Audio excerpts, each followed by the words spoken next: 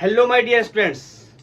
Today we are going to discuss a very important topic from the point of view of NEET, JEE Mains, Advanced and as well as from the point of view of board examination.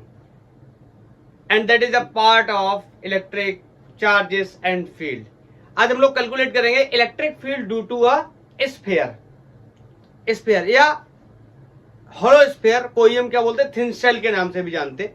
तो देखते हैं, मैं पहला heading लगाता हूं, electric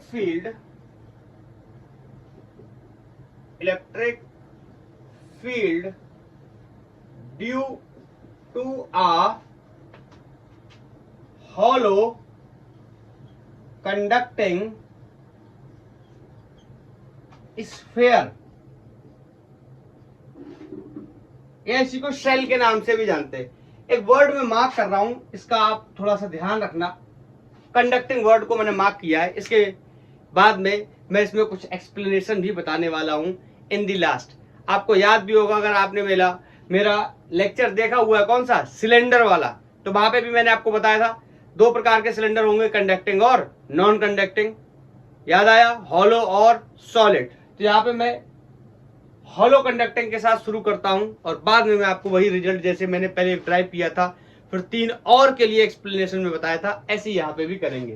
तो शुरू करते हैं एक स्फीयर के साथ। लेट्स से मेरे पास ये एक कोई स्फीयर है, थोड़ा सा छोटा बनाता हूं स्फीयर। मेरे पास ये कोई स्फीयर है और इस स्फीयर का कोई रेडियस है कैपिटल आर, और ये कैसा स्फीयर है, हॉलो स्फीयर है। कैसा है, कंडक्टिंग है। आपको पता है कंडक्टर की प्रॉपर्टी होती है, अगर हम उसको क्या देते हैं, चार्ज देते हैं, तो चार्ज कहां आ जाता है, सरफेस पे। ये बात मैं आपको पहले भी बता चुका हूं, जिन लोगों को नहीं पता है वो आज समझ लेंगे। अगर इसको मैंने कोई चार्ज दिया तो चार्ज कहां आ जाएगा, सरफेस पे।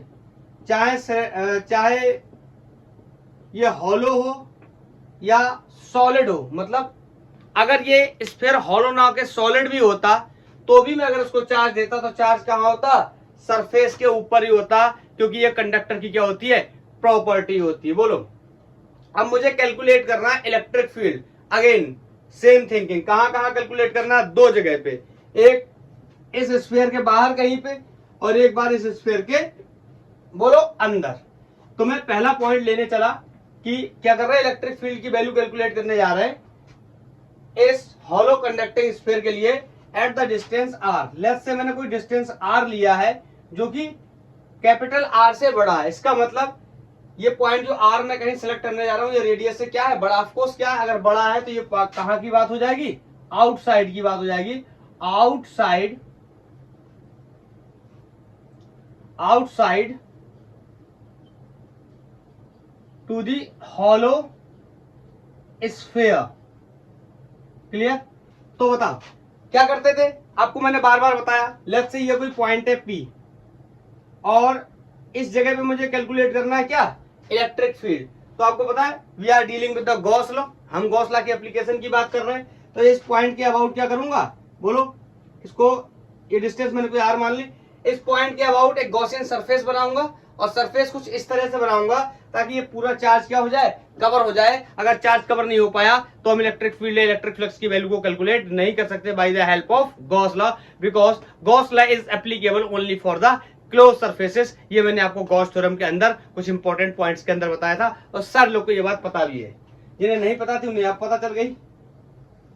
बोलो, ये मैंने बना ली कोई क्या, गॉसियन सरफेस जिसका रेडियस कितना है, स्मॉल आर। आपको मैंने बार बार बताया कि इस पे कैलकुलेट करने के लिए फ्लक्स मैं बोल सकता हूं कि किसी पर्टिकुलर जगह पे, लेट्स से ये कोई एक जगह है, मैंने पूछा कि यहाँ पे इसका लेट्स से कोई एरिया DA है, और आपको पता है बहुत बार मैं आपको बता चुका हूं, फिर से एक बार एक्सप्लेन कर देता हूं कि जो भी ये ज्योमेट्रीज है, एरिया वेक्टर इनके क्या होता है, नॉर्मली आउटवर्ड होता है। जैसे हॉलो स्फीयर है, सॉलिड स्फीयर है या सिलेंडर है, जो भी कर्व्ड सरफेस है, ये इनका एरिया वेक्टर कैसा होता है, नॉर्मली या रेडियली आउटवर्ड होता है, मतलब इसके रेडियस के अलोंग होता है। और आप बताओ अगर इलेक्ट्रिक फील्ड का कहीं पर भी मैं देखने जाऊं तो कहीं पे इलेक्ट्रिक फील्ड भी है, हर जगह का क्या होगा, रेडियल ही होगा। बोलो तो यही डायरेक्शन किसका हो जाएगा, अरे बोलो यार, इलेक्ट्रिक फील्ड का हो जाएगा।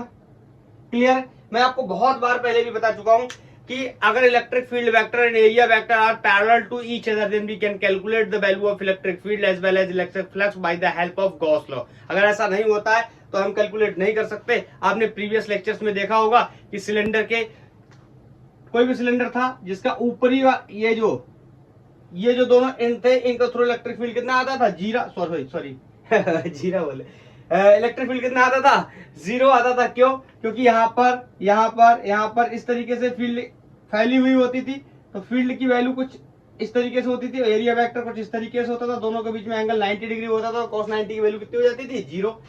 तो मैं मैथमेटिकल एक्सप्रेशन को गॉस लॉ के साथ कंबाइन करके लिखता हूं। मैं लिखने चला close integral of E vector dot D A vector, बताओ किसके बराबर होता है, enclose charge per unit epsilon naught, और यही किसके बराबर होता है, फ्लक्स के बराबर होता है। This is the mathematical expression for the flux, this and this is the expression of Gauss law. ये गॉस लॉ का एक्सप्रेशन था। आपको पता है किसी भी इनक्लोज सरफेस से पास होने वाला फ्लक्स हमेशा 1/ε0 टाइम्स किसके होता है, इनक्लोज चार्ज के। इसलिए मैं चार्ज पे क्या मारता हूं, सर्कल मारता हूं। बोलो तो मैं इसको एक्सपेंड करना शुरू करूं तो आप बोलोगे कि आपको पता है यहाँ पे हर जगह कहीं पर भी जाऊंगा, यहाँ पे कहीं पर भी ये आर की वैल्यू क्या रहने वाली, सेम। एक बार लिख देता हूँ, 0.4 के लिए इलेक्ट्रिक फील्ड की वैल्यू क्या होती है, के क्यू अपॉन आर स्क्वायर। बोलो ये होती है, के कांस्टेंट है, क्यू भी कांस्टेंट। कैसे, हम किसी भी जगह के लिए क्या ले रहे हैं, चार्ज ले रहे हैं, कोई डिफरेंशियल चार्ज ले रहे हैं, इसकी वैल्यू जिसकी जगह से हर जगह इस एरिया की वजह से कितना, इस डिफरेंशियल चार्ज की वजह से यहाँ पे ई फील्ड बन रहा है, तो यहाँ दूसरे चार्ज की वजह से भी यहाँ ई फील्ड बनेगा। हर एक डिफरेंशियल चार्ज की वजह से यहाँ पर ई फील्ड ही बनने वाला है। क्यों, क्योंकि हर बार में के कांस्टेंट है, चार्ज भी constant and distance is also constant. तो बार बार एक्सप्लेनेशन के बजाय अब मैं आपको साधारण समझा देता हूँ। इलेक्ट्रिक फील्ड क्या कांस्टेंट है, तो इसको हम क्या कर सकते हैं, बाहर। हम बहुत बार इसका यूज भी करके आए। और एंगल की मैंने कितनी रख दी, 0। क्यों, सबको पता है कि electric field vector and area vector both are parallel to each other. ऐसी कंडीशंस में एंगल कितना हो जाता है, 0। बोलो enclose charge per unit epsilon naught. बोलो इस वाले टर्म को मैं छोड़ देता हूं, बाद में मैं आपको पूरा एक्सप्रेशन लिख के दिखाता हूं। बताओ इलेक्ट्रिक फील्ड क्या है, कांस्टेंट, तो अंदर कौन रह गया, d a will be equal to enclose charge per unit epsilon naught. इसको हटा दे रहा हूं, ये तो नोट कर ही लिया होगा। बोलो आप बताओ इस डी ए को जोड़ने जाऊं, ये डी ए, ऐसे सारे डी को जोड़ने जाऊंगा तो क्या बन जाएगा, एरिया ऑफ स्फीयर। मैंने आपको बहुत बार बताया कि ये जो एरिया होता है हम कौन सा लेते हैं, हमेशा गॉसियन सरफेस का एरिया। और जब चार्ज डेंसिटी को खोलते हैं तो चाहे लेंथ हो, एरिया हो या वॉल्यूम हो, हमेशा कौन सा प्रीफर करते हैं, जिसमें एक्चुअल में चार्ज क्या होता है, फैला हुआ होता है। ये आप मेरी थिंकिंग पहले से ही देखते चले आ रहे होंगे कॉन्सेप्ट के बारे में। तो यहाँ पे एरिया हो गया 4 पाई, बोलो आर कौन सा, छोटू आर का स्क्वायर, क्योंकि इस जो गॉसियन सरफेस का रेडियस है that is small r, will be equal to. बोलो अगर मैं चार्ज डेंसिटी की बात करूं तो चार्ज कहां फैला हुआ है, बोलो सरफेस पे, मतलब एरियल चार्ज डेंसिटी या सरफेस चार्ज डेंसिटी होगी, that will be sigma equal to, बोलो charge per unit area. Is that clear, बोलो तो यहां से चार्ज की वैल्यू सिग्मा इंटू एरिया, क्या लिख दूं एरिया की वैल्यू, मैंने बहुत बार बताया यहाँ पे कौन सा एरिया लेता हूं जिसपे एक्चुअली में चार्ज क्या होता है, फैला हुआ होता है। तो ध्यान से देखेंगे, एक्चुअली में चार्ज फैला हुआ है तो पहले इसका एरिया लिखने जाता हूं, क्या होता है 4 पाई। अब यहाँ पे डिवेट है स्मॉल आर या कैपिटल आर स्क्वायर, तो ऑफकोर्स कौन सा, कैपिटल आर स्क्वायर, क्योंकि एक्चुअल में चार्ज किसके ऊपर डिस्ट्रीब्यूटेड है, कैपिटल आर के ऊपर। ये बार बार मैं आपको ये बात बताता हूँ, तो यहाँ पे मैं रख देता हूँ इसको। बोलो तो यहाँ पे वैल्यू मैंने पुट कर दी, that is sigma 4 pi capital R square upon epsilon naught. और यहाँ से ये 4 पाई से 4 पाई कैंसिल आउट हो गया, और इलेक्ट्रिक फील्ड कहां, आउटसाइड, बाहर की तरफ कितना आ गया, बाहर की तरफ कितना आ गया, sigma capital R square upon epsilon naught small r square. बोलो क्लियर है, कोई दिक्कत तो नहीं? बोलो बोलो बोलो, क्लियर है? नोट करो आप इसे, मेरे हिसाब से तो कोई दिक्कत होनी नहीं चाहिए। आपको पता है ग्राफ के बारे में भी डिस्कस करना पड़ता है।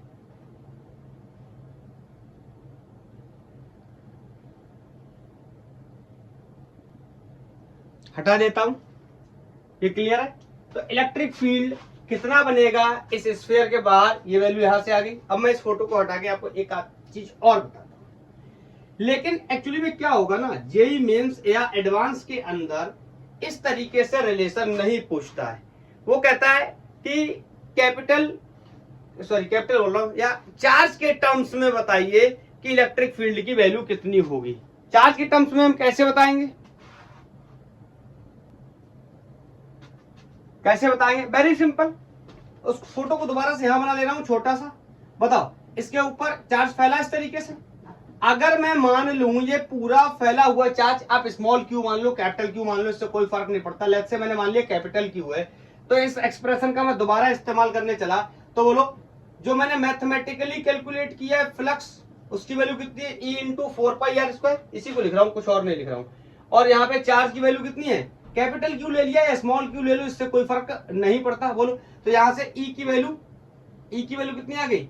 1/4π, और ये एप्सिलॉन नॉट को साथ में लिख लिया, दिस इज क्यू और अपॉन r²। मुझको पहचान लो, मैं हूं कौन, मैं हूं कौन? मैं हूं electric field due to a point charge at the distance r। पहचाना मुझको? इस फॉर्म में ज्यादा पूछता है तो आपको दिमाग में रखनी है ये बात। ये तो करना ही करना है, लेकिन इसको भी दिमाग में रखना है। हाँ, यहाँ पे अगर मैं प्रोपोर्शनलिटी की बात करूं, अब तो बहुत ही आसान है यार। इनवर्सली प्रोपोर्शनल टू क्या हो जाएगा? r²। अच्छा, इसको डिस्टर्ब करने में पहले इस बात को पूरा एक्सप्लेन कर दूं, फिर बताता हूं उसके बारे में, ठीक है? बीच में डिस्टर्बेंस होता है, लेक्चर भटकता है इधर से उधर। बोलो, तो यहां पे क्लियर हो गया ऐसा क्यों हुआ? मैं एक्सप्लेनेशन में लिख दूं, बाहर से देखने पर, हिंदी में लिख दूं, बाहर से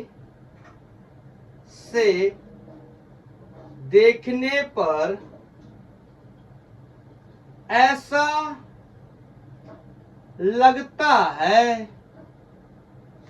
ऐसा लगता है कि पूरा चार्ज स्फीयर के सेंटर पर रखा हुआ है। स्फीयर के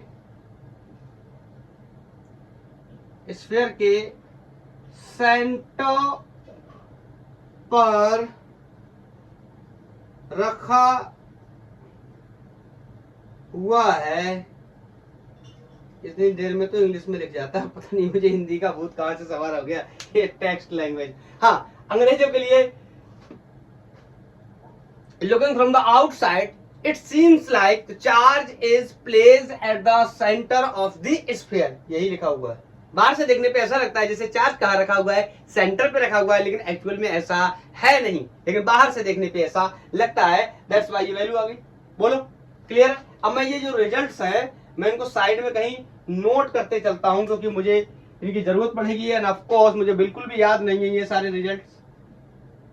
आप कहोगे आप तो टीचर हो, आप तो पढ़ाते हो, फिर भी आपको याद नहीं है, आप तो गंदे बच्चे हो। ऐसा बिल्कुल भी नहीं है। मैं ड्राइव करता हूं, मेरी प्रैक्टिस बहुत ज्यादा है, मुझे इसको याद करने के बजाय ड्राइव करना ज्यादा पसंद है। मैं तुम्हें पढ़ा रहा हूं इसलिए इतना देर लगा मुझे। अगर मैं खुद से ड्राइव कर रहा होता 20-25 सेकंड ज्यादा से लगते ड्राइव करने में, बस, not more than that. Clear? अब यहाँ पे देखो, प्रोपोर्शनलिटी की अगर मैं बात करूं तो outside electric field is proportional to 1/r²। पहले मैं चेक कर लूं क्या ये विजिबल है, क्योंकि मुझे ग्राफ भी बनाना पड़ेगा ना, आपको ये पता है यहाँ विजिबल नहीं है, लेकिन यहाँ बता देता हूँ, यहाँ पे बता देता हूँ। अगर प्रोपोर्शनलिटी देखने जाऊं, ये रिलेशन तो दिख रहा होगा ना? हाँ, दिख रहा है। बोलो, इसमें सिग्मा क्या है? कांस्टेंट। आपको पता है मैंने बोल रखा है कि जब तक मैं ना बोलूं कि वेरिएबल डेंसिटी है तब तक डेंसिटी को हम क्या रखना है, कांस्टेंट। आर क्या है, radius of the sphere, also constant. बोलो ये बदलने वाला तो है नहीं, जो स्फीयर हमने ले लिया। एप्सिलॉन नॉट क्या है, कांस्टेंट। कौन चेंज हो सकता है, ये डिस्टेंस। ये पॉइंट यहाँ पे भी हो सकता है, यहाँ पे भी हो सकता है, यहाँ पे भी हो सकता है, मतलब वेरिएबल कौन है, आर। और इसकी प्रोपोर्शनलिटी आर के साथ किस तरीके की है, E is inversely proportional to r square. किस रीजन में, आउटसाइड। ग्राफ बनाने के लिए आप तो समझ गए होगे ना, इस डेटा का मुझे आगे चल के यूज करना पड़ेगा। तो ये हो गया हमारा पहला केस, जब बाहर है क्या पॉइंट। अब अंदर की बात करें, बोल अरे मैंने पूछा ही नहीं, क्या नोट कर लिया, नहीं कर लिया तो एक बार ऐसे ऐसे दबा दो, 10 सेकंड पीछे चला जाएगा, नोट कर लो। मैं पूछना भूल गया, क्या आपने नोट कर लिया। कह रहा हूं कितने कितने बेवकूफ इंसान हैं, पहले मिटा दिया, पूछ रहे नोट कर लिया। अभी तो मुझे पीछे जाना पड़ेगा ना 10 सेकंड। बोलो अब मेरे पास ये स्फीयर है और इस स्फीयर पे क्या है, डिस्ट्रीब्यूटेड है कैसा, चार्ज यूनिफॉर्मली डिस्ट्रीब्यूटेड है। ये कॉन्सेप्ट आपको मैं पहले बता चुका हूं। जब तक हम लोग बात नहीं करते किसकी, वेरिएबल चार्ज डेंसिटी की, तब तक यूनिफॉर्म डेंसिटी पे ही हम काम कर रहे हैं। मतलब यूनिफॉर्म डेंसिटी सिग्मा, मतलब सिग्मा का क्या मतलब होता है, चार्ज पर यूनिट एरिया। मतलब हर पर यूनिट एरिया पे जो वैल्यू है किसकी, चार्ज की, वो क्या है, सेम होने वाली है। अब मैं डिस्कस करने चला दूसरा पॉइंट। बोलो क्या, कौन सा पॉइंट, दूसरा पॉइंट कौन सा, बोलो कौन सा पॉइंट, अंदर। अंदर का मतलब आर शुड बी छोटू देन बड़ू आर। इसका मतलब जो इसका रेडियस है, इस बार थोड़ा सा बड़ा बना लेता हूं, अंदर करना है ना, इस वजह से थोड़ा सा बड़ा बना लेता हूं। ओके सर, ये थोड़ा बड़ा है, ओके ज्यादा बड़ा बना लेता हूं। ठीक है, अब मुझे कहां काम करना है, इसके अंदर। मतलब ये कहानी कहां की हो गई, इनसाइड दी हॉलो स्फीयर। बोलो अब मैं आपसे पूछूं, मैंने लेफ्ट से यहाँ पे कोई पॉइंट ले लिया, यहाँ पे ये कोई पॉइंट क्या है, पी। अब पता है ये डिस्टेंस मैंने कोई क्या ले ली, आर। आपको पता है सबसे पहले क्या करना पड़ेगा, कवर करना पड़ेगा। तो गॉसियन सरफेस को ड्रॉ कर लेता हूं। वैसे कुछ लोगों को आंसर क्लियर पता चल गया होगा, आंसर क्या आने वाला है, 0, क्योंकि अंदर कोई भी चार्ज नहीं है। आप चाहो तो पूरा एक्सप्लेनेशन देखो, ये डी ए एरिया वेक्टर वगैरह सब कटवाओ, इलेक्ट्रिक फील्ड का डायरेक्शन देखो, एरिया वेक्टर का डायरेक्शन देखो, सब कुछ देखो, उससे बेहतर है। क्योंकि ऐसा मैं पहली बार नहीं कर रहा हूं,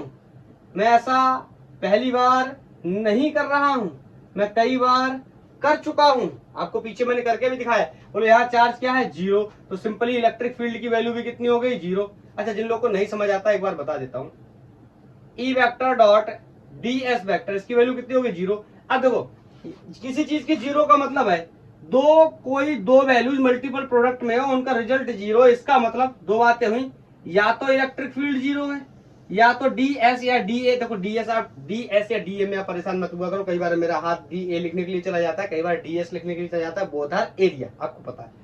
देखो अब इसका एरिया तो 0 हो नहीं सकता, इसका मतलब क्या है, इलेक्ट्रिक फील्ड 0 है। कहां, अंदर अंदर अंदर।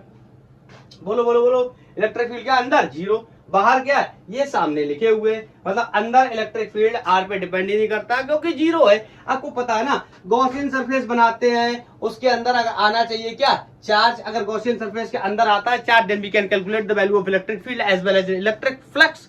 But there is no charge inside the Gaussian surface, there will be the no flux or there will be the no electric field inside the particular geometry. If this is the sphere, then there will be the no electric flux inside the sphere.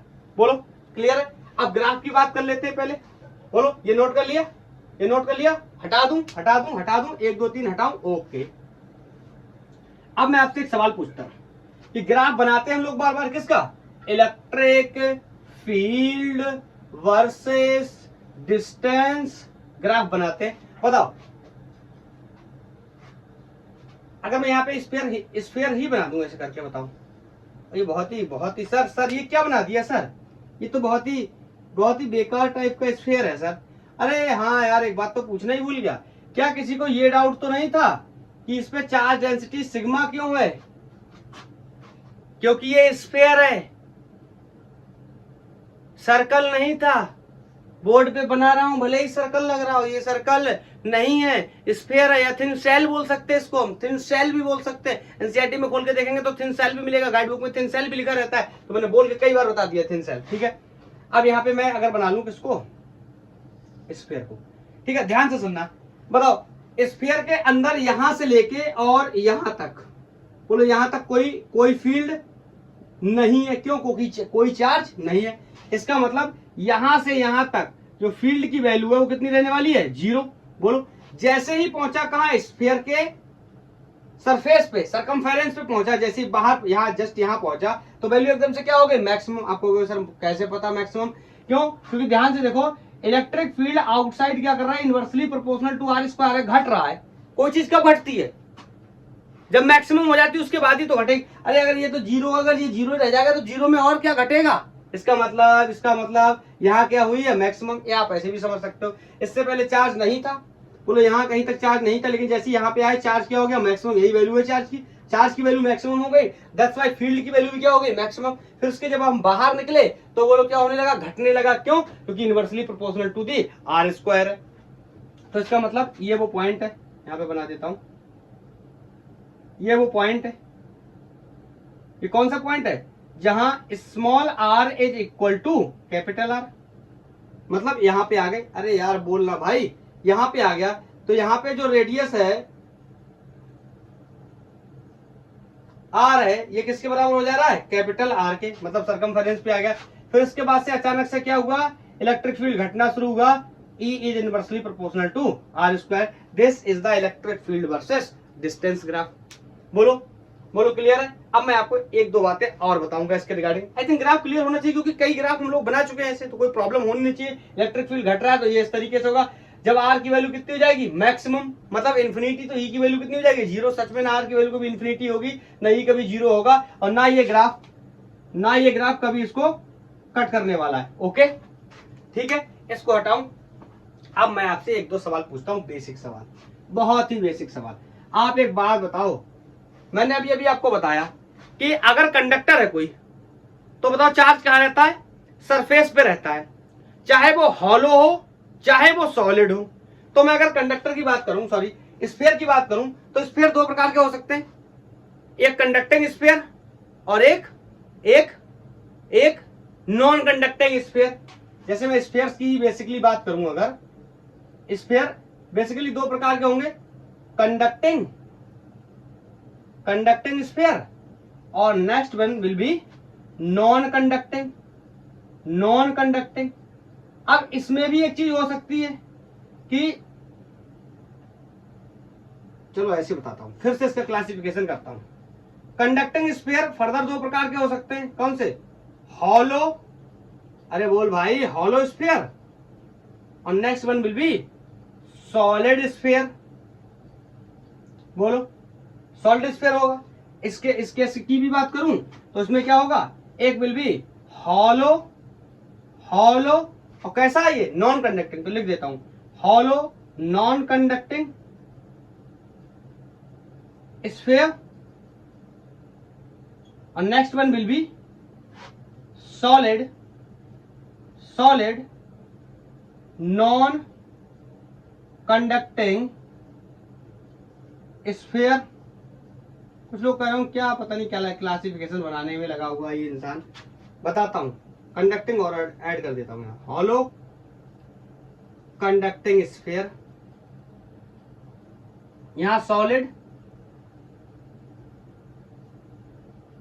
Conducting sphere. अच्छा एक बात बताओ, सुनना, यहां से मैं charge गिराना शुरू करता हूं, मतलब चार्ज देना शुरू करता हूं, किसको, इन सारी बॉडीज को चार्ज देना शुरू करता हूं। बताओ अगर मैं हॉलो सिलेंडर को चार्ज दूंगा, सॉरी सिलेंडर मेरे मुंह से निकल जा रहा है क्योंकि अभी लास्ट सिलेंडर हम लोगों ने डिस्कस किया था।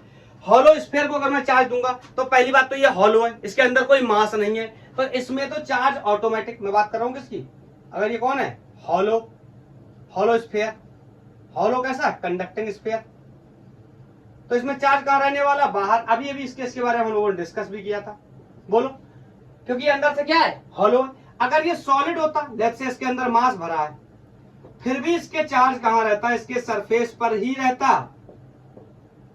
पूछो क्यों? क्योंकि कंडक्टर की प्रॉपर्टी होती है कि चार्ज कहां पे रहता है? सरफेस पे रहता है। मतलब ये दोनों एक ही जैसी चीज हो गई। आगे सुनो, अब हॉलो नॉन कंडक्टिंग है, तो देखो ये है तो नॉन कंडक्टिंग, लेकिन ये कैसा है? हॉलो। तो जब इसको भी चार्ज दूंगा तो चार्ज कहां रहने वाला है? बोलो, चार्ज कहां रहने वाला है? सरफेस पे। आप पूछोगे क्यों? ये तो हॉलो है, सॉरी ये तो नॉन कंडक्टिंग है। आपने तो बताया था कि नॉन कंडक्टिंग स्फीयर में चार्ज सरफेस पे नहीं रहता है, पूरी बॉडी में फैल जाता है। लेकिन बॉडी कहां है पूरी? पूरी बॉडी यही कहां है? पूरी बॉडी ही इतनी है, अंदर से कैसा है? हॉलो है। लेकिन अगर ये कौन है? अगर ये सॉलिड स्फीयर है और वो भी कैसा है? नॉन कंडक्टिंग है, तो इसके अंदर भी क्या भरा हुआ है? मास भरा हुआ है। तो इसके पूरे मास में क्या फैल जाएगा? चार्ज फैल जाएगा। क्या समझ में आया सर? ये समझ में आया कि जो रिजल्ट मैंने अभी ड्राइव किया है, electric field due to a hollow conducting sphere का जो रिजल्ट आया है, ये रिजल्ट या अंदरूनी रिजल्ट या ये रिजल्ट भी वैलिड होगा किसके लिए? हॉलो के लिए तो होगा ही होगा, सॉलिड कंडक्टिंग स्फीयर के लिए भी वैलिड होगा और हॉलो नॉन कंडक्टिंग के लिए भी वैलिड होगा। क्यों? क्योंकि हॉलो नॉन, अच्छा तुम इन तीनों में अंतर समझने की कोशिश करो, तुम्हें कोई भी अंतर समझ में नहीं आएगा। चार्ज आखिरकार तीनों के सरफेस पे ही है और मैंने सरफेस पे चार्ज मान करके इसको सॉल्व किया है, तो फर्क नहीं पड़ता मुझे कि ये बाहर है, ये हॉलो है या सॉलिड है, चार्ज बाहर है। हॉलो है, नॉन कंडक्टिंग है, तब भी चार्ज बाहर है। हॉलो है, कंडक्टिंग है, तब भी चार्ज बाहर है। इवन ये तो सॉलिड है, कंडक्टिंग है, तब भी चार्ज सरफेस पे ही, तो मुझे फर्क नहीं पड़ता। मतलब this result will be valid, या this graph will be valid for hollow conducting sphere, solid conducting sphere as well as hollow, ये देखो नॉन लिखा हुआ है, हॉलो नॉन कंडक्टिंग स्फीयर। क्या इसके लिए ये वैलिड होगा? ऑफ कोर्स नॉट, क्योंकि इसके अंदर भी क्या फैला हुआ है? चार्ज। आई थिंक मेरे सारे बच्चे समझ गए कि मैं क्या बताने की कोशिश कर रहा हूं। तीन रिजल्ट को मैंने एक में कवर कर लिया। आपको याद होगा प्रीवियस लेक्चर में ऐसे ही मैंने सिलेंडर के केस में भी किया था। पहले मैंने रिजल्ट ड्राइव किया था, लोग यहाँ पे तीन हेडिंग लगाते हैं, मैं 3 हेडिंग नहीं लगाता हूं, मैं 1 हेडिंग लगाता हूं, एक के बाद इन 3 का एक्सप्लेनेशन करता हूं और अपनी बात को बता करके इसी तरीके से चला जाता हूं। आई थिंक समझ गए होंगे सारे लोग मैं क्या बताने की कोशिश कर रहा हूं। तो ये क्लियर? इसका मतलब अब मुझे सिर्फ किसके बारे में और डिस्कस करना है? स्फीयर के केसेस में, सॉलिड स्फीयर के बारे में, और वो भी कैसा? Non conducting. तो लगा लेते हैं next heading, electric field due to a non conducting solid sphere. अब ये चूंकि नॉन कंडक्टिंग है तो बताओ कहां होगा चार्ज? इसके अंदर पूरे मास में फैल जाएगा चार्ज। और अगर डेंसिटी लेनी पड़े तो कौन सी लूंगा? लैम्डा? नहीं, लैम्डा लेंथ के लिए होती थी। क्या सिग्मा लूंगा? नहीं, सिग्मा तो एरिया के लिए होती थी। इस बार चार्ज फैला है कहां? वॉल्यूम में। तो इसका मतलब कौन सी डेंसिटी का यूज करने वाला हूं? ऑफ कोर्स रो का। और डेंसिटी कैसी है? कांस्टेंट, क्योंकि अभी तक हमने वेरिएबल डेंसिटी की बात नहीं करी है। क्या सर वेरिएबल डेंसिटी भी हो सकती है? वेरिएबल डेंसिटी आज के लेक्चर के बाद आपका काम, जो बोर्ड के स्टूडेंट हैं, इवन नीट के स्टूडेंट हैं, उनका काम यहीं पे खत्म हो जाता है। आपके यहाँ आपके यहाँ वेरिएबल डेंसिटीज के क्वेश्चंस नहीं आते हैं। नेक्स्ट लेक्चर में थोड़ी सा 10-15-20 मिनट का कोई एक लेक्चर बनाऊंगा मैं, जिसके अंदर मैं एक्सप्लेन करूंगा कि वेरिएबल डेंसिटी के क्वेश्चंस को हम कैसे सॉल्व करेंगे। जितने रिजल्ट ये आए सारे डेरिवेशन मुझे फिर से करने पड़ेंगे, लेकिन मैं डेरिवेशन एक भी नहीं करूंगा। मैं सिर्फ डेंसिटी का केस एक्सप्लेन करूंगा, उसकी हेल्प से आप सारे डेरिवेशंस को कन्वर्ट कर सकते हैं in the form of non uniform density. अगर यूनिफॉर्म डेंसिटी नहीं, डेंसिटी कैसी है? वेरिएबल है। मतलब यहां पे मैं बोलता हूं हर पर यूनिट लेंथ में चार्ज की वैल्यू क्या है? सेम। हर पर यूनिट एरिया में चार्ज की वैल्यू क्या है? सेम। हर पर यूनिट वॉल्यूम में चार्ज की वैल्यू क्या है? सेम। ऐसा नहीं होगा in case of non uniform density. Next lecture में मैं 15-20 मिनट का कोई एक लेक्चर बनाऊंगा, उसके बाद हम गॉस लॉ के एप्लीकेशंस के क्वेश्चन करेंगे और फुल स्टॉप लगा देंगे और आगे बढ़ जाएंगे किस पे? Electric potential and capacitor. तो हेडिंग लगा लिया? अरे मैं तो तुम्हें एक्सप्लेन कर रहा था, बोल के भी गया था हेडिंग लगाना है। बोल के गया था कि नहीं? बोलो, बता के गया था हेडिंग लगाओ, बोलो।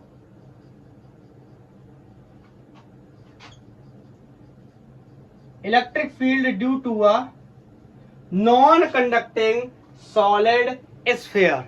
ये भी उसी सिलेंडर के केस के जैसा है जो कि नॉन कंडक्टिंग सॉलिड सिलेंडर होता था, उसी के केस के जैसा है। बोलो, अभी थोड़ा छोटा बना ले रहा हूं क्योंकि पहले बाहर का निकालने वाला हूं। लेट्स से ये रेडियस r है और इस बार ये कैसा है, नॉन कंडक्टिंग है। एंड एवरीबॉडी नोज अगर ये नॉन कंडक्टिंग है तो इसके अंदर क्या भरा होगा, मास नहीं, चार्ज भरा होगा। सॉलिड है तो मास भरा होगा, चाहे कंडक्टिंग हो या नॉन कंडक्टिंग, लेकिन अगर सॉलिड है और कंडक्टिंग है तो चार्ज अंदर नहीं रुकता, कहां चला आता है, सरफेस पे। लेकिन ये कैसा है, नॉन कंडक्टिंग है तो इसके अंदर भी चार्ज होगा। जल्दी जल्दी बात कर लेते हैं। और ये रेडियस कोई r है, बोलो। अब यहां से कहीं पे मैंने मान लिया ये कोई पॉइंट एक P है और ये पॉइंट P यहां से r डिस्टेंस पे है। यहां मुझे बताना है क्या, इलेक्ट्रिक फील्ड की वैल्यू कितनी होगी। इसका मतलब मैं पहला केस ले रहा हूं जहां छोटू r बड़ा है बड़ू r से छोटू r इज ग्रेटर देन बड़ू r। छोटा r बड़ा है बड़े r से, इसका मतलब कहां की बात कर रहा है, बाहर की बात कर रहा है। छोटा कैपिटल जो रेडियस है वो क्या है, कम है, और जो डिस्टेंस है वो क्या है, ज्यादा। इसका मतलब outside to the solid non conducting, पूरी बात लिख रहा हूं, non conducting sphere. This article is very important from the point of view of NEET, JEE Mains, JEE Advanced, point of view of board and different exams, जहां physics लगती है, अच्छे exams की बात कर रहा हूं। तो बताओ, अब यहाँ पे क्या करूंगा, सबसे पहले गॉसियन सरफेस ड्रॉ कर लूंगा। और आपको पता मुझे एक ही काम करना है, इलेक्ट्रिक फ्लक्स जो मैथमेटिकली वैल्यू थी EDS को किसके बराबर करना है, गॉस थ्योरम से निकलने वाले इलेक्ट्रिक फ्लक्स के बराबर करना है। इसकी वैल्यू क्या होती है, enclose charge per unit epsilon naught which is equal to the flux. ये भी फ्लक्स के बराबर होता है, ये भी फ्लक्स के बराबर होता है, बार बार बताता हूं, ये मैथमेटिकली बराबर है और ये गॉस लॉ से बराबर है। बोलो क्लियर है। फिर वही पुरानी कहानी, बताओ क्या करेंगे, एंगल निकालने की कोशिश करेंगे। तो अब तो बहुत बार बता चुका हूं। लेट्स से यहाँ पे कोई क्या काटा, DA काटा एरिया, तो उसका डायरेक्शन एरिया वेक्टर का हमेशा नॉर्मली आउटवर्ड, रेडियस के अलाउ आउटवर्ड। यही डायरेक्शन किसका है, इलेक्ट्रिक फील्ड का। दोनों के बीच में एंगल कितना है, 0 डिग्री। ये DA, ऐसे सारे DA है। बोलो बोलो बोलो, तो इलेक्ट्रिक फील्ड भी क्या हो जाएगा, कांस्टेंट। नहीं समझ आया, क्योंकि डिस्टेंस क्या है, सेम। डिस्टेंस हर जगह सेम है, के की वैल्यू सेम है, चार्ज की वैल्यू भी सेम है, तो इलेक्ट्रिक फील्ड की वैल्यू भी सेम हो जाएगी। एक बार लिख देता हूं, EDS cos 0 will be equal to enclose charge per unit epsilon naught. Electric field क्या है, बाहर आ जाएगा। इसका मतलब तो जानते हो ना, किसका इंटीग्रेशन कर रहा है, क्लोज सरफेस का। तो यहाँ से ds या लिख दूं क्या डायरेक्ट, किसी को कोई दिक्कत तो नहीं होनी चाहिए। बताओ स्फीयर का एरिया कितना होता है, 4πr²। बार बार बताया, ये वाला एरिया कौन सा होता है, जिसमें हम क्या बनाते हैं, गॉसियन सरफेस का एरिया लेते हैं। तो गॉसियन सरफेस हमने ये वाली ड्रॉ की है, और इस गॉसियन सरफेस का बोलो रेडियस कितना है, small r। That's why I am using small r square. Is it clear और नॉट, बोलो मेरे भाई। बोलो, अगर मैं डेंसिटी के बारे में बात करूं, चार्ज डेंसिटी के बारे में बात करूं, तो सबको पता है यहाँ पे चार्ज डेंसिटी कौन सी लगने वाली है, वॉल्यूम चार्ज डेंसिटी। मतलब charge per unit volume is equal to rho. Volume की अगर मुझे वैल्यू जरूरत पड़ जाएगी इसकी, चार्ज की, will be equal to rho times of volume. और आपको मैंने बहुत बार बताया है कि यहाँ पे कोई वॉल्यूम है, कोई लेंथ है, कोई एरिया है, तो कौन सा लेते हैं, जिसमें एक्चुअल में चार्ज फैला हुआ है। एक्चुअल में चार्ज किस पे फैला हुआ है, कैपिटल R रेडियस पे। तो स्फीयर का वॉल्यूम क्या होता है, बोलो 4/3 पाई। बोलो छोटू r की बड़ू r का क्यूब। बोलो बोलो बोलो बोलो बोलो बोलो बोलो, ठीक है। रख देता हूं यहाँ पे, तो E 4πr², this is going to be rho 4/3 pi capital R cube upon epsilon naught. यहाँ पे 4 पाई से 4 पाई मरता हुआ, और इलेक्ट्रिक फील्ड की वैल्यू आउटसाइड रीजन के लिए आने वाली है।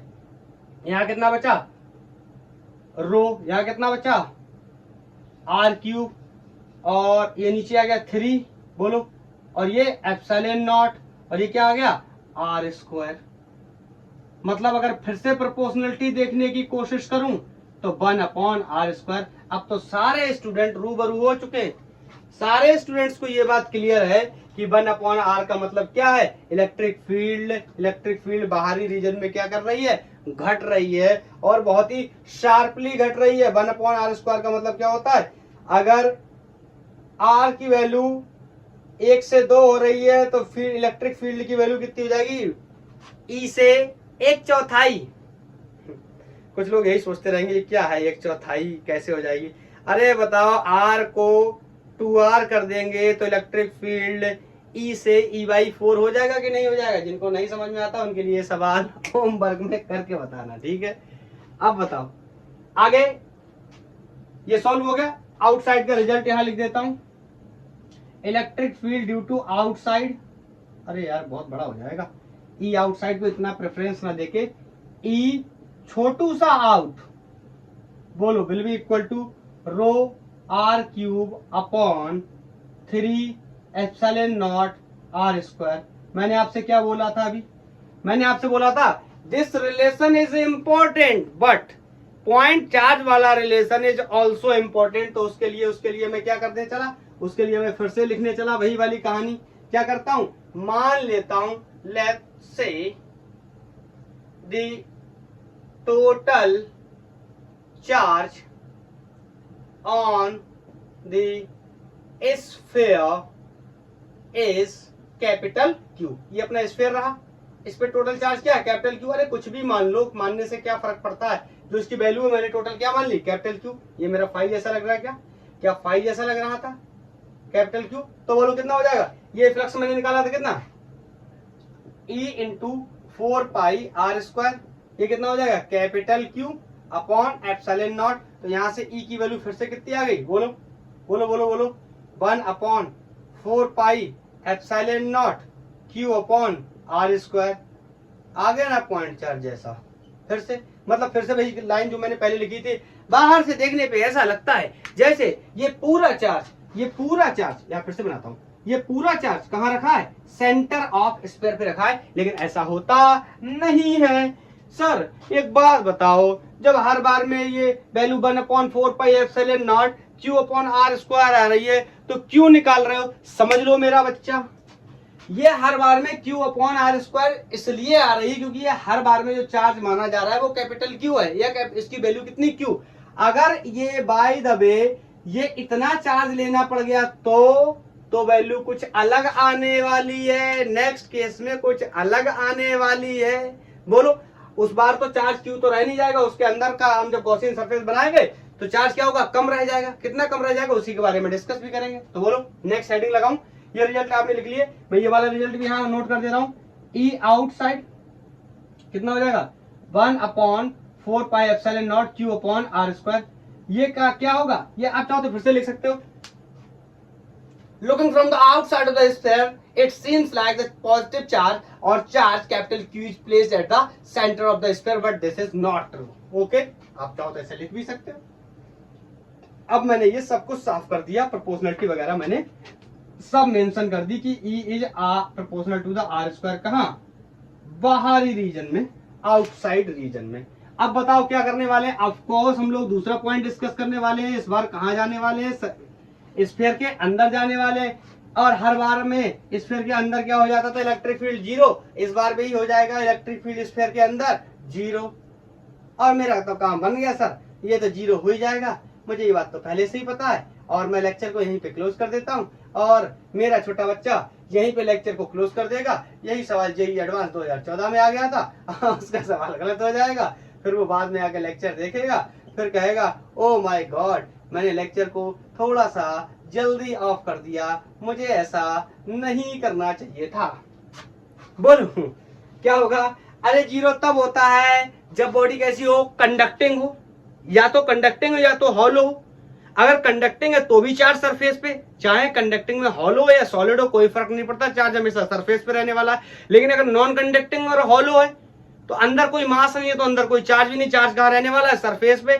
तो आप ये बात याद भी कर सकते हो कि कंडक्टिंग सॉलिड या कंडक्टिंग हॉलो, कोई भी ज्योमेट्री हो, सिलेंडर हो, स्फीयर हो, या फिर नॉन कंडक्टिंग, चाहे सिलेंडर हो चाहे स्फीयर हो, उस पर भी चार्ज कहां रहेगा, सरफेस पे। लेकिन अगर नॉन कंडक्टिंग सॉलिड है तो अंदर चार्ज होगा, तो अंदर फील्ड भी होगा। जैसे लास्ट लेक्चर में सिलेंडर के केस में आता, लास्ट में तो हमने शीट के बारे में डिस्कस किया, उससे प्रीवियस लेक्चर की बात कर रहा हूं मैं। तो बताओ क्या करने वाले हैं इस बार, छोटू आर इज सच में छोटू देन द कैपिटल आर। इसका मतलब इस बार कहानी कहाँ की है, अंदर की है। इसका मतलब we are dealing with the inside to the solid non conducting, ये मैं बार बार नॉन कंडक्टिंग इसीलिए लिख रहा हूं, आपके दिमाग में स्ट्राइक करिए, non conducting solid non conducting sphere. कैसा है नॉन कंडक्टिंग, तो बताओ, मान लेता हूं यहां पर कोई पॉइंट क्या है P है, तो ये डिस्टेंस क्या है, कोई R है, तो बताओ इसके अबाउट पहले तो क्या बनाऊंगा, गॉसियन सरफेस। तो लिख दूं क्या, close integral of E dot ds will be equal to enclose charge per unit epsilon naught will be equal to flux. बोलो क्या ये बात लिखना सही है, तो आप जनरली लिख रहे हैं हर बार में क्यू, तब तो गलत हो गई। क्योंकि बताओ अगर मैं मान लूं, इनके सुनो, मान लेता हूं कि इस पूरे पे चार्ज कैपिटल क्यू नहीं स्मॉल क्यू मान लेता हूं, अरे कुछ भी मान लो, क्या फर्क पड़ता है, और यहां पे मान लो मैंने स्मॉल क्यू रख दिया, तो ये सवाल क्या हो गया, गलत। आप कैपिटल क्यू स्मॉल क्यू से प्लीज कंफ्यूज मत होना, वो सिर्फ मानी हुई चीजें, उनका कोई फर्क नहीं पड़ता। ओके, तो कैपिटल क्यू मानू या स्मॉल क्यू, अब मैं अगर यहाँ कैपिटल क्यू मान लेता हूं और यहाँ स्मॉल क्यू मान लूंगा तो ये बात वैसे ही सही हो जाएगी, क्योंकि चार्ज क्या हो गया, अलग अलग। लेकिन मुझे ये बात को गलत साबित करना है, तो इसलिए मैं यहाँ पे क्या मानता हूँ, कैपिटल क्यू इनसाइड। ओके, तो बताओ क्या ये बात सही है, बिल्कुल सही नहीं है, गलत है। क्यों, क्योंकि यहाँ पे इस बार जो गॉसियन सरफेस मैंने बनाया है उस सरफेस के अंदर ये पूरा चार्ज कवर्ड नहीं है, दैट्स व्हाई मैं इसको क्या मान लेता हूँ, कोई क्यू डैश चार्ज मान लेता हूँ। तो बोलो अब एरिया वेक्टर वगैरह काटने की ज्यादा इंफॉर्मेशन नहीं दे सकते, क्योंकि बहुत इंफॉर्मेशन बता चुके हैं ऑलरेडी। बोलो तो electric field vector and area vector will be in the same direction, और we can say will be normally outward या रेडियली आउटवर्ड। कौन, electric field as well as area vector. तो एंगल कितना हो गया, 0 degree, E D S cos 0। बोलो ई D S cos 0, और ये क्या हो गया, क्यू डैश। अब इनक्लोज को थोड़ा सा हटा देता हूँ, बार बार सर्कल मारूंगा ना तो थोड़ी सी प्रॉब्लम होगी। तो यहाँ पे आपको पता है इलेक्ट्रिक फील्ड की वैल्यू हर जगह क्या रहने वाली, सेम। यहाँ ई बाहर आ गया, अंदर कौन बचा, d s will be equal to enclose charge per unit epsilon naught, और ई बताओ ds क्या है, बार बार बताता हूं, ये ds क्या लेता हूं हर बार में, गॉसियन सरफेस का एरिया स्फीयर है, तो स्फीयर का एरिया क्या होता है 4 पाई ऑफ कॉस छोटू आर स्क्वायर। क्योंकि जो मैंने, अच्छा अगर नहीं दिख रहा हो साफ साफ तो मैं थोड़ा सा यहाँ पे बड़ा करके बना देता हूँ। तो ये रेडियस जो मैंने ले रखी किसकी, सॉलिड स्फीयर की, सॉलिड नॉन कंडक्टिंग स्फीयर के अंदर की, जो मैंने जहां गॉसियन सरफेस मैंने जो बनाया है इसका रेडियस कितना है, स्मॉल आर। तो यहाँ पे हर बार में पुट करते हैं क्या, area of the Gaussian surface that is pi r, 4 pi small r square. Small r is the radius of that Gaussian surface which we have drawn. Clear. और बताओ चार्ज डेंसिटी की बात करूं, अब यहां पे समझना, चार्ज डेंसिटी अगर यूनिफॉर्म ना होती तो ये क्वेश्चन अब आगे सॉल्व नहीं होता यहां से, क्योंकि जिस तरीके से हम सॉल्व कर रहे हैं। बताओ यहां पर अगर मैं बोलूं तो चार्ज डेंसिटी हमेशा क्या होती है, sigma equal to charge per unit area. बोलो यहाँ पे चार्ज भी डिफरेंट होगा और एरिया भी डिफरेंट होगा। पूछो क्यों होगा, क्योंकि ये पूरा एरिया कितना है इसका, 4 पाई कैपिटल आर स्क्वायर। मैं रख लेता था हर बार में इसको, इस बार नहीं रख पाऊंगा, क्यों आगे बताता हूं। तो बताओ यहां से अगर मुझे क्यू डैश की वैल्यू निकालनी हो तो सिग्मा क्या है, कांस्टेंट। इसी बात का फायदा उठा रहे हैं हम लोग, सिग्मा क्या है, कांस्टेंट। पहली बात तो सॉरी गलत हो गया, this will be not sigma, बहुत ही अच्छे समय पे याद आ गया, गलत हो गया। अरे भैया 3D ऑब्जेक्ट है। आप कहोगे सर 3D तो अभी पहले भी था, लेकिन अंदर कोई मास नहीं था, इसलिए अंदर कोई चार्ज भी नहीं था। आप कहोगे सर कंडक्टिंग में अंदर मास तो था, लेकिन कंडक्टर की प्रॉपर्टी होती है चार्ज क्या रहता है, सरफेस पर। बोलो तो यहाँ से क्यू डैश की वैल्यू को अगर मुझे लिखना हो तो मैं लिख सकता हूँ क्या, रो टाइम्स ऑफ वॉल्यूम। तो बताओ रो तो कांस्टेंट है, वॉल्यूम 4/3 पाई, कंफ्यूजन किसमें, ऑफ कोर्स आर में। तो मैं आपसे बार बार एक बात बोलता हूं कि यहाँ पर एरिया, वॉल्यूम या लेंथ वो लेते हैं जिसमें एक्चुअली में चार्ज फैला हुआ है। इस कॉन्सेप्ट को मैंने आपको सिलेंडर में भी बहुत अच्छे से एक्सप्लेन किया हुआ है, तो आप समझो। अब आपने इतना गॉसियन सरफेस अगर बना दिया, ये गॉसियन सरफेस बना दिया ना, तो हमारे लिए सिर्फ इतना ही रह गया, कौन, सच में स्फीयर। और इस बाहर वाले स्फीयर का हमारे लिए कोई और लेना देना नहीं है, क्योंकि जो चार्ज जो चार्ज गॉसियन सरफेस के बाहर है उसकी वजह से हम इलेक्ट्रिक फ्लक्स का या इलेक्ट्रिक फील्ड का कैलकुलेशन नहीं कर सकते। हम डिस्कस कर सकते हैं सिर्फ उसके लिए जो गॉसियन सरफेस के कहाँ है, अंदर है। ये गॉस लॉ की लिमिटेशन है। तो बोलो ये अब मेरे लिए एक्चुअल में इतना ही बचा, तो मैं यहाँ पे क्या लिखूंगा, छोटू आर का क्यूब। आई थिंक मेरा स्टूडेंट बिल्कुल क्लियर तरीके से समझ चुका है। आप सर बार बार क्यों बोल देते हो, फिर एक्चुअली में जितना फैला हुआ है, जिसपे चार्ज फैला हुआ है, एक्चुअली में क्या होता है ना, आपको इसके पीछे मैं ट्रुथ बताता हूँ। मैं कई साल से टीचिंग कर रहा हूँ, तो ये जब ये इस चीज को मैं क्लास में बताता हूँ, कभी भी मैं ऑफलाइन में पढ़ाता हूँ ना, तो बार बार स्टूडेंट्स आके मेरे से एक ही सवाल पूछते हैं कि यहाँ आपने कहीं छोटा आर ले लेते हो, कहीं बड़ा आर ले लेते हो, यहाँ कहीं कुछ कर देते हो, कहीं कुछ। यहाँ तो मैं ये तो सबको मैं क्लियर करके बता देता हूँ, ये एक बार में याद रख लो कि हमेशा गॉसियन सरफेस का एरिया होगा। गॉसियन सरफेस चाहे आप अंदर बनाओ, बाहर बनाओ, कहीं बनाओ, कोई फर्क नहीं पड़ता। उन लोगों को ये बात याद रख लेते हैं, वो लोग ये बात याद कर लेते हैं। यहाँ पर आके बार बार उनको प्रॉब्लम होती है, कहीं मैं यहाँ बड़ा आर ले लेता हूँ, कहीं मैं यहाँ छोटा आर ले लेता हूँ, कहीं कुछ करता हूँ, तो वो लोग मुझसे पूछते रहते हैं कि क्यों ऐसा होता है। तो मैंने इसका एक तरीका निकाला। मैंने कहा आपने ये करना है कि जिसमें एक्चुअल में चार्ज फैला हुआ है उस वॉल्यूम, उस एरिया या उस लेंथ को लेना है। तब जब हम बाहर बात करते हैं तो चार्ज कहाँ फैला होता है, अंदर, तभी हम क्या ले लेते हैं, कैपिटल आर रेडियस ले लेते हैं, बार बार जो हम कर रहे थे। लेकिन जब मैं अंदर आ गया, अब वो कहते हैं सर चार्ज तो एक्चुअली में ये कैपिटल आर रेडियस पे फैला हुआ है। आप तो कहते हो एक्चुअल में, मैं कहता हूं बेटा अब मेरे लिए ये इतना बड़ा स्फीयर रहा ही नहीं। अब मेरे लिए स्फीयर क्या है, सिर्फ स्मॉल आर रेडियस का है, क्योंकि मैंने गॉसियन सरफेस ड्रॉ कर दिया। इस बात को मैं ऐसे बता देता हूं कि गॉसियन सरफेस के बाहर वाले चार्ज से हमें कोई लेना देना नहीं है। किसके लिए, फ्लक्स या इलेक्ट्रिक फील्ड के कैलकुलेशन के लिए। हम उसी का फ्लक्स कैलकुलेट कर सकते हैं जो कहां है, गॉसियन सरफेस के अंदर। बोलो एक बार लेक्चर की लेंथ चेक कर लूं जरा। ओह अप्रॉक्स 46-7 मिनट्स हो चुके। ओके हमारा भी काम हो ही चुका ऑलमोस्ट। बोलो तो इस वैल्यू को उठा के यहां रख दूं, किसी को कोई दिक्कत तो नहीं होनी चाहिए। मैंने बहुत कुछ एक्सप्लेन किया हुआ है। तो ये हो गया रो 4/3 पाई छोटू आर क्यूब अपॉन, ये एप्सिलॉन नॉट की जरूरत है तो यहाँ एप्सिलॉन नॉट लिख लिया। यार ज्यादा छोटा तो नहीं हो रहा, ऐसा नहीं कि दिख ही नहीं रहा हो तो कुछ ऐसा ही रहा है। ये क्या हो रहा है भाई, ये क्या हो रहा है, ये क्या हो रहा है भाई, ये क्या हो रहा है। इन सबको हटा देता हूँ, ये तो देख ही लिए होंगे। ये हो गया E इंटू 4 पाई छोटू आर स्क्वायर। छोटू आर तो समझ गया ना, गॉसियन सरफेस का एरिया लेते हैं यहाँ पे। तो यहाँ rho 4/3 pi are cube upon epsilon naught. जो मर रहे हैं पहले उनको मार डालते हैं। क्या सर गंदी गंदी बातें कर रहे हो, किसी को क्यों मार डालेंगे। हाँ जो मरेगा उसको तो मारेंगे। ये आर स्क्वायर, ये मरा, तो यहाँ सिर्फ कौन बचा, आर। तो यहाँ से E की वैल्यू आ गई। इलेक्ट्रिक फील्ड कहाँ लिख भी देता हूं, इनसाइड, अंदर आया है ना, नॉन कंडक्टिंग सॉलिड स्फीयर के। तो यहां से वैल्यू कितनी हो गई, रो बचा, यहाँ कौन बचा, एक आर बचा, और ये सब तो मर गए, और नीचे कौन बचा, 3 एप्सिलॉन नॉट। क्या पहले ही डिस्कस कर लिया प्रोपोर्शनलिटी के बारे में, कर लो सर, साफ साफ दिखाई दे रहा है। E is proportional to the r, clear दिखाई दे रहा है। रो क्या है, कांस्टेंट है, 3 क्या है, कांस्टेंट है, एप्सिलॉन नॉट भी क्या है, कांस्टेंट है, E क्या है, डायरेक्टली प्रोपोर्शनल टू R। मतलब जैसे जैसे जैसे जैसे डिस्टेंस बढ़ेगा वैसे वैसे फील्ड की वैल्यू बढ़ेगी। सर ये क्या हो रहा है, अभी डिस्टेंस बढ़ता था तो फील्ड की वैल्यू कम होती थी। मेरे बच्चे बाहर की साइड में ऐसा होता था। सर ये अंदर ऐसा क्यों हो रहा है, समझ ले मेरे भाई, समझ ले। ये मान लो सेंटर है और इसके अंदर पूरे में क्या चार्ज भरा हुआ है। तो मान लेता हूँ, वैसे ऐसा होता नहीं, ऐसा मान लेता हूँ कि यहाँ पर 1 सेकंड के लिए मान लो चार्ज क्या है, 0। जैसे मैं आगे बढ़ूंगा चार्ज की वैल्यू बढ़ेगी, जैसे आगे बढ़ूंगा और बढ़ती चली जाएगी। यहाँ पे जाऊंगा चार्ज की वैल्यू क्या हो जाएगी, मैक्सिमम। यही तो हो रहा है।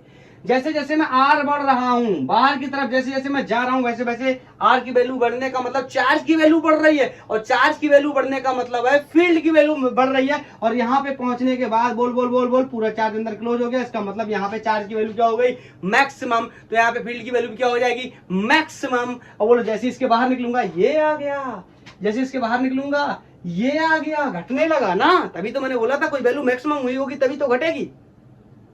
अरे बोलो क्या सर आप ग्राफ बनाना चाहते हैं, ऑफ कोर्स। और draw the graph between distance versus electric field versus distance graph. उससे पहले मैं इसका रिलेशन बना देता हूं, किसके टर्म्स में, पॉइंट चार्ज के टर्म्स में। तो सबसे पहले आपने ये नोट कर लिया, मैं इसको हटा दूं। मैं इन रिलेशंस को नहीं हटाऊंगा, बस मैं इतना साफ कर दे रहा हूं यहां पे। सर अभी अभी हमने लिखा था कि electric field 4 pi are square आया था, और आप यहाँ पे क्या करते थे, यहाँ पे सर चार्ज होता था सर, सर यहाँ पे चार्ज होता था अपॉन एप्सिलॉन नॉट होता था, हम चार्ज की वैल्यू रख देते थे, हमारा आंसर आ जाता था।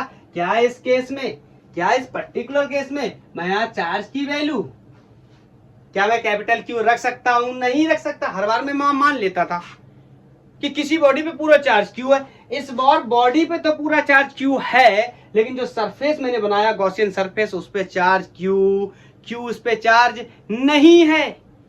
हाँ सर ये बात तो सही है, क्योंकि हमारे लिए तो सरफेस इतना ही रह गया, तो हमारे लिए तो चार्ज की वैल्यू क्यू डैश है। तो सर हम इस चार्ज की वैल्यू क्यू डैश को कैसे टैकल करेंगे? आपको पता है चार्ज वेरिएबल हो सकता है, लेकिन डेंसिटी कभी भी वेरिएबल नहीं हो सकती। मैं ये बताना चाहता हूं कि जब तक हम किस पे काम कर रहे हैं, यूनिफॉर्म डेंसिटी पे।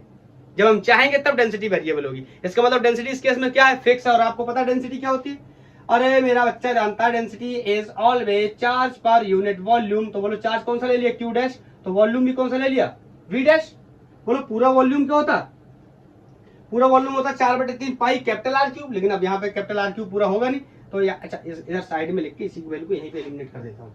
तो rho equal to Q dash upon V dash, मतलब इस वी डैश वॉल्यूम पे, इतने वॉल्यूम पे, पूरा वॉल्यूम कितना, पूरा वॉल्यूम सबको पता है 4/3 पाई कैपिटल आर क्यू, ये पूरा वॉल्यूम। लेकिन पूरे से मुझे कोई लेना देना नहीं है। अब मेरे लिए जो सॉलिड नॉन कंडक्टिंग स्फीयर है वो सिर्फ इतना रह गया, तो वॉल्यूम भी मैं सिर्फ इतना यूज करने जा रहा हूँ। बोलो तो यहाँ से क्यू डैश की वैल्यू को अगर मुझे हटाना हो तो रो टाइम्स ऑफ वी डैश, और रो की वैल्यू कांस्टेंट है हर जगह के लिए, और बी की वैल्यू 4/3 पाई पाई पाई छोटू आर क्यूब। बोलो क्लियर है? क्योंकि मेरे लिए सिर्फ क्या बचा है, इतना बचा है। कौन, नॉन कंडक्टिंग सॉलिड स्फीयर। इसकी वैल्यू कितनी है, रेडियस की वैल्यू कितनी, स्मॉल आर। यहाँ पे मैं रखने चला, तो यहाँ रख सकता हूँ, कोई प्रॉब्लम नहीं है। तो यहाँ रखने चला मैं, इसको रख दे रहा हूँ पुट इन 1, इसको मान लेता हूँ 1। अरे कुछ भी मान लो, क्या ही फर्क पड़ता है। E into 4 pi are square, small charge sorry q dash की वैल्यू कितनी है, rho into 4/3 pi are cube. एक सेकेंड क्यू डैश की वैल्यू को निकालूंगा तो यहाँ पे क्यू डैश की वैल्यू, एक प्रॉब्लम है, एक सेकेंड। अगर मैं यहाँ पे क्यू डैश की वैल्यू को निकालने जाऊंगा तो थोड़ा सा कॉम्प्लिकेशन ये हो जाएगा कि क्यू डैश की वैल्यू को निकालूंगा तो डेंसिटी, लेकिन मुझे चाहिए किसके टर्म में, चार्ज के टर्म में। तो ये गलत हो रहा है ना, ये गलत हो रहा है। मैं क्या कर सकता हूँ, डेंसिटी कांस्टेंट है, इस बात का मैं भरपूर इस्तेमाल कर सकता हूँ। एक सेकंड रुक जा भाई, इस बात का इस्तेमाल कर सकता हूँ, सुनना। तो E into 4 pi are square, no problem. बोलो इसकी जगह मैं कितना लग सकता हूँ, rho V dash upon epsilon naught. और आपको पता है डेंसिटी की वैल्यू तो कांस्टेंट है, चाहे इतना बड़ा स्फीयर हो, चाहे इतना बड़ा स्फीयर हो या पूरा स्फीयर हो। बोलो डेंसिटी की वैल्यू तो चेंज होने वाली नहीं है। बोलो तो क्या मैं डेंसिटी को यहां पे अगर रिप्लेस कर दूं तो मेरा काम बन जाएगा? एक सेकेंड, इसमें थोड़ा सा कॉम्प्लिकेशन हो रहा है, एक सेकेंड मैं इसको पूरा साफ करता हूं, ठीक है? दोबारा से बताता हूं, आप समझना। मैं इधर उधर ज्यादा टहलने से बेहतर है मैं यहां से अगर यूज करूं तो ये सबसे एप्रोप्रिएट मुझे समझ आ रहा है। कैसे समझते हैं, ये मैंने एक्सप्रेशन नोट कर लिया, मैं नीचे की वैल्यू को साफ कर देता हूं। अब बोलो, अगर मैं आपसे बोलूं कि डेंसिटी तो कांस्टेंट है, मैं डेंसिटी को लिख सकता हूं क्या, q dash upon b dash, ये भी लिख सकता हूं मतलब, और डेंसिटी को मैं क्यू अपॉन बी भी लिख सकता हूं। आपको कहोगे सर कैसे? मैंने आपको बताया ना, पर यूनिट वॉल्यूम में, पर यूनिट एरिया में, पर यूनिट लेंथ में चार्ज की वैल्यू क्या रहने वाली, सेम तो यही लिखा हुआ है। Q dash upon b dash में भी रो है, तो क्यू अपॉन बी में भी कितनी होगी, रो होगी। तो बताओ मैं चाहूं तो यहाँ से रो की वैल्यू को एलिमिनेट कर सकता हूँ, यही मैं करना चाह रहा था एक्चुअली में, इसलिए प्रॉब्लम हो रही थी। तो ये हो गया, बोलो क्यू और बी की वैल्यू कितनी हो गई, 4/3 पाई आर क्यूब।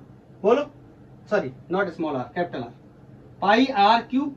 अब ये मत कहने लगना कि अब तो इतना सा बचा है, मैं इसके लिए बात ही नहीं कर रहा, मैं कह रहा हूं कि ये रो डेंसिटी तब है जब चार्ज क्यू है कैपिटल और वॉल्यूम क्या है बी। इसका मतलब मैं बड़े वाले स्फीयर की बात कर रहा हूं, ये वाला है वो स्फीयर जो गॉसियन सरफेस मैंने बनाई थी, बोलो। लेकिन डेंसिटी की वैल्यू इसके लिए भी और इसके लिए भी, दोनों के लिए क्या है, सेम होने वाली है। इसका मतलब q dash upon b dash की वैल्यू क्यू अपॉन बी के क्या होने वाली है, बराबर होने वाली है।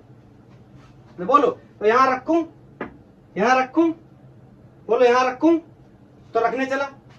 जैसे मान लो इक्वेशन 1 है, पुट इन 1, पुट इन 1, तो ये हो गया E inside will be equal to, density की जगह कितना रख सकता हूं, Q upon 4/3 pi r q. बोलो यहां कितना बचा, स्मॉल आर, और नीचे कितना बचा, 3 एप्सिलॉन नॉट। और कुछ मर रहा है, हाँ मर रहा है। इस 3 से ये 3 आई थिंक मर गया, मर गया मर गया मर गया। तो नीचे विजिबल है, नीचे विजिबल है, बोल के बताओ विजिबल है। सर क्या बोल के बताएं, आपको क्या सुनाई आएगा? अगर मैं बोल के बता दूंगा तो क्या आप सुन भी पाओगे? मैं चेक कर लेता हूं, नहीं सुन पाऊंगा तो क्या हुआ, चेक तो कर सकता हूं। Yes it is visible. और मैं दोबारा से भी इसकी वैल्यू यहाँ पे लिख दे रहा हूं, अगर किसी को दिखाई नहीं देता तो थोड़ा सा और बता दूंगा, आप कंफ्यूज मत होना बिल्कुल भी। यहाँ पे इनसाइड, अंदर पॉइंट चार्ज के टर्म्स में वैसे लिख दूं 1/4 पाई एप्सिलॉन नॉट के टर्म्स में। तो देखो 1/4 pi epsilon naught q upon r cube into r. ये पॉइंट चार्ज की तरह दिखाई नहीं दे रहा है, यही एडवांस 14 में पूछा गया था। बोलो ये पॉइंट चार्ज की तरह दिखाई नहीं दे रहा है क्योंकि इसमें क्या आर इन्वॉल्व है और क्यू अपॉन आर स्क्वायर होना चाहिए था, यहाँ क्या आर क्यू। अब आप कहोगे सर आपने ऐसा क्यों किया, आपने क्यू डैश का इस्तेमाल क्यों नहीं किया? देखो स्फीयर के ऊपर पूरा चार्ज कैपिटल क्यू था, तो मैंने सोचा कैपिटल क्यू के टर्म्स में ही लिख लेता हूं। अब स्मॉल क्यू के टर्म्स में आप लिखने जाओगे फिर वैल्यूज यहाँ पे आपको प्रॉब्लम करने लगेंगी, मतलब ये रिजल्ट प्रॉपर आ नहीं पाएगा। आप करोगे तो आपको समझ आ जाएगा। यहाँ पे वॉल्यूम क्या आएगा 4/3 pi pi small are cube आप लिखोगे तभी ये स्मॉल आर से एक स्मॉल आर मर जाएगा। अरे यहाँ आर क्यूब होगा, यहाँ आर स्क्वायर होगा, देखो नहीं ये मर नहीं रहे, ये मर नहीं रहे, यहाँ ये मर जाएगा, समझ गए? तो ये आर वैल्यू यहाँ से हट जाएगी। अब समझो ये क्या है, ये तो फिक्स है ना, ये क्या है, ये उस स्फीयर का रेडियस है और ये क्या है, वो डिस्टेंस है, वो पॉइंट है जहां हमें क्या करना है, पता करना है। तो आपको ये फॉर्मूला, ये सारे फॉर्मूले या तो आप याद कर लो या आप कई बार उनको ड्राइव करके समझ लो, आपका काम हो जाएगा। मैं चॉइस करूंगा कि ड्राइव करना है। 1 2 3 हटाता हूं, 1 2 3 हटाता हूं और ग्राफ बना दूं। ग्राफ के बाद मेरा काम ओवर हो जाएगा।